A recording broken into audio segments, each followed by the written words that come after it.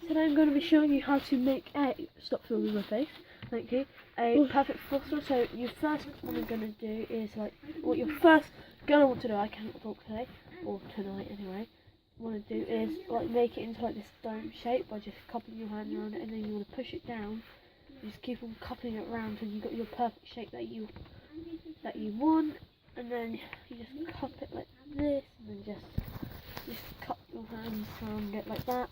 And once you've got your perfect shape that you want, you just get something like a toothpick and some stuff like some tools and everything. And what you first kind of want to do is just make some cracks and shapes in it. So I'm just using this dolphin tail to make some tails and stuff, like some tail prints. Right then, so there you go. Now you're just going to use a toothpick to tray out one. How many subscribers have you got? One.